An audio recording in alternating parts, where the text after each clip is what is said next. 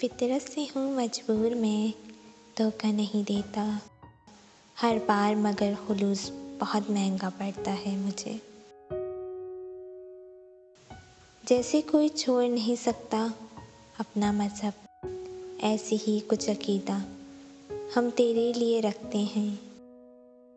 ना मुरव्वत ना मोहब्बत ना खुलूस है, मैं तो शर्मिंदा हूँ इस दौर का इंसान होकर।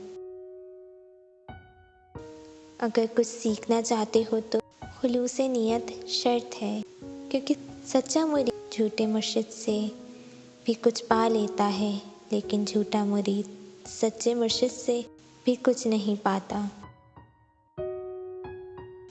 बात सजदों की नहीं, खुलूस दिल की होती है। हर मैखाने में शराबी और हर मस्जिद में नमाजी नहीं होता।